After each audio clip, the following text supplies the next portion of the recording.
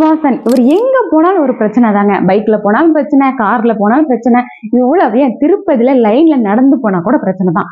இப்ப இவர் குளிக்க தான் போயிருக்காரு. அங்க என்ன பிரச்சனை அப்படிங்கறத பார்ப்போம். தமிழ்நாட்டுல தண்ணி இல்லைன்னு சாரு டைரக்டா கர்நாடகாக்கு போய் குளிக்க போயிருக்காரு. அங்க நடந்த ட்விஸ்ட் பத்தி தான் நம்ம இப்ப பார்க்க போறோம். கர்நாடகா மாநிலத்துல குடகு மாவட்டத்தில் உள்ள ஒரு ஆத்துல தான் வந்து இவர் குளிக்க போயிருக்காரு.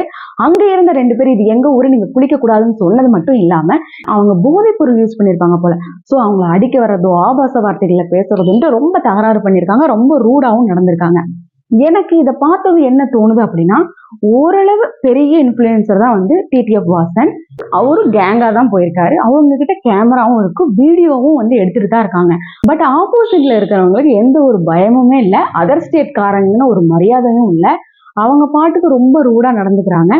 இதே அந்த இடத்துல ஒரு சிறுமியோ இல்ல ஒரு பெண்களோ போயிருந்தா என்ன ஆயிருக்கும்? இந்த மாதிரி இவங்க போதைப் பொருள் யூஸ் பண்ணிட்டு சுத்துறங்காட்டி தான் சுற்றுலா தலங்களுக்கு கூட நமக்கு வந்து போறக்கு ரொம்ப பயமா இருக்கு. இதெல்லாம் எப்ப மாறும் அப்படின்னு கேக்குறதா இல்ல எப்பதான் மாறும் அப்படின்னு கேக்குறதா எனக்கு புரியல.